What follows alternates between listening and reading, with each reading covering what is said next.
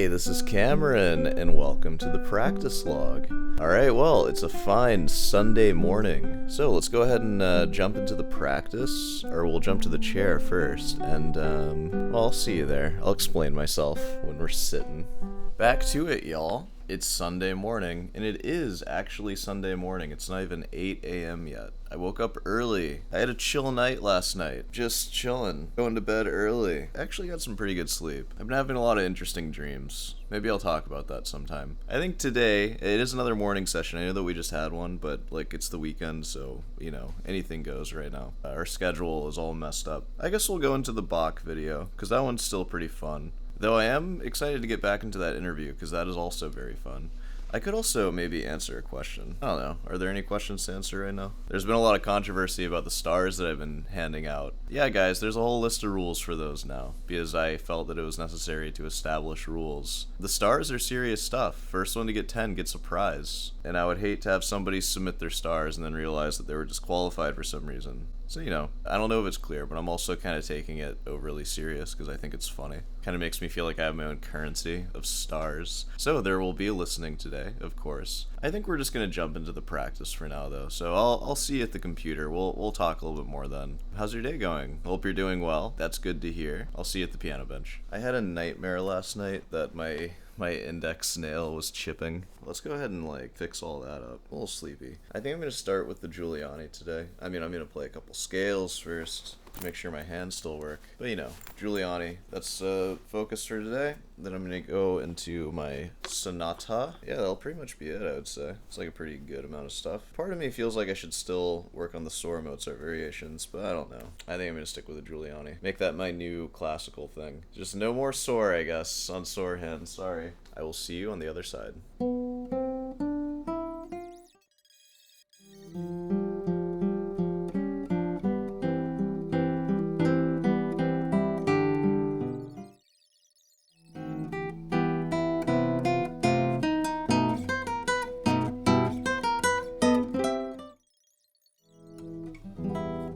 Okay, I think I can call it a day here. So I worked for a little less than an hour on the Giuliani, which was pretty good. And then I did a lot of the Presto, a lot of Siciliano work. I'm going to play the Presto for you. Let me bring you closer. I'm sorry to do this, but I'm going to try playing the whole thing. If it sounds bad, you're welcome to skip. Get to the Bach documentary, which is coming up. But I'm going to try to play it at a reasonable speed where I can kind of think through it still.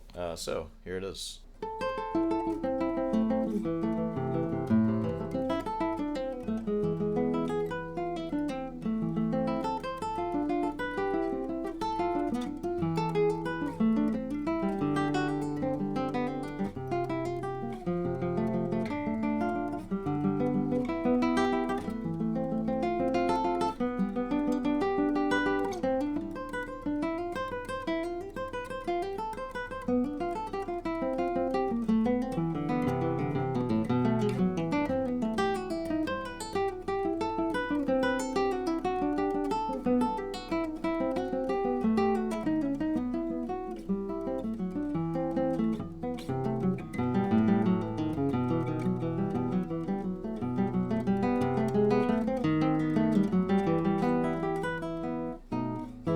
No repeat.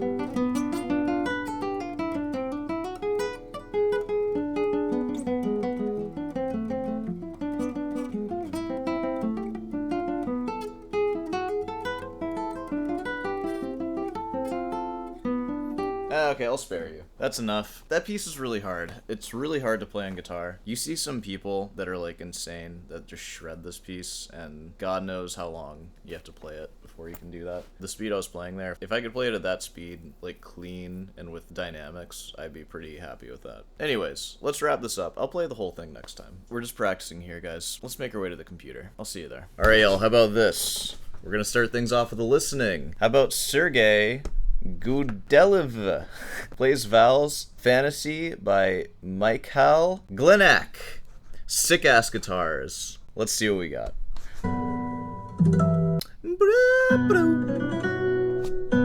Link in the description. Go and watch it. I'll see you there.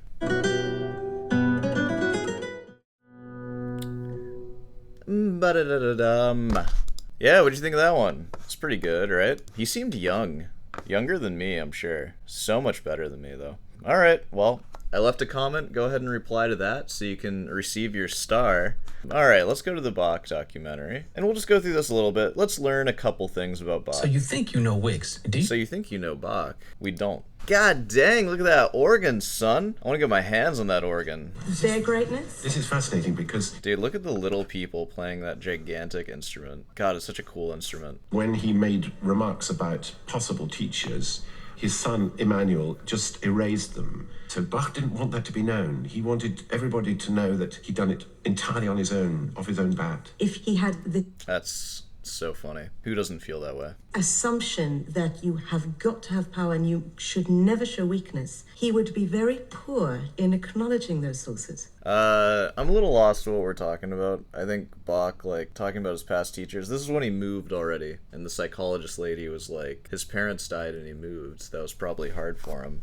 Bach Keller. At the age of 18, Bach, as well as being a virtuoso organist, was a competent violinist. In 1703, he left Lüneburg to return to the family stamping ground. Yeah. In Arnstadt, only 30 miles from where Sebastian was born, the city fathers had put a tax on beer in order to pay for a brand new organ for the Neue Kirche. What? To pay for one organ? This is going to be relevant information going forward? Oh, I can't wait. Bach was hired to test the new organ and then to play it in Oh, that was it? It wasn't like Bach being pissed off about it and like protesting? addition in front of the thirsty citizens. Yeah. He landed the job on more money than his father had ever earned. But there was a catch. The council insisted that he provide new music. All he had at his disposal was a ragtag and bobtail band made up of mature students. Thus Bach began his career as a composer, but not in exactly auspicious circumstances. He wrote a cantata, his first, in which there's a very important bassoon obbligato,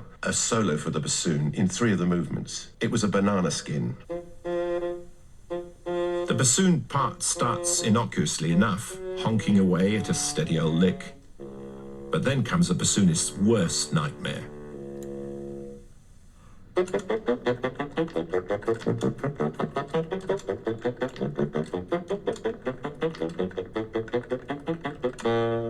In the space of about 2.5 bars, he sends the bassoon through a whole list of different keys involving very, very, very complicated fingerings. Deliberately or Yeah. not, Bach had set a trap for his resident bassoonist. He was writing for a fellow called Gaius Bach, who, in rehearsal, made a complete hash of it. And Bach was exasperated to the point when he called him a Zipperfagottist, which A what now? can be translated variously as a nanny goat bassoon or a greenhorn bassoon. What? Is that how it...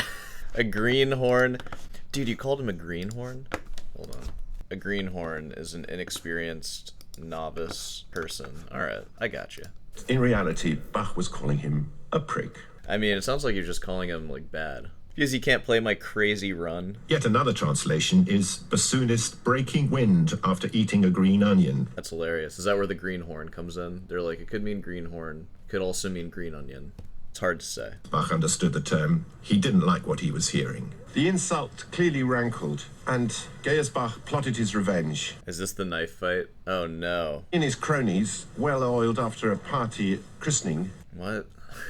What are they talking about? They were well oiled after a party christening. sat in wait for Bach here in the town square. Bach was making his way back from playing music at the castle, Nideck Castle, and was taken completely by surprise. And Gaius Bach came up to him and demanded an apology, and then took his cudgel and hit Bach smack across the face. Bach, in self-defense, drew his rapier, and there was a scuffle, a major scuffle, and it was only the other students who eventually stopped the whole thing. Fighting back in the day, that's like terrifying. Like if you get an infection or something, ooh, oh, it's so bad. You just die. I would never go outside if I lived in this time. Bach's fury, the church council sided with Bach, according to the records. And that was far from the last of the problems. Bach was accused of introducing strange harmonies into his organ music, which he played either far too long or not long enough. Ooh, far too long. A lot of the time, it feels like. And he'd slipped off down to the pub. Once, he smuggled a strange girl into his organ loft to make music.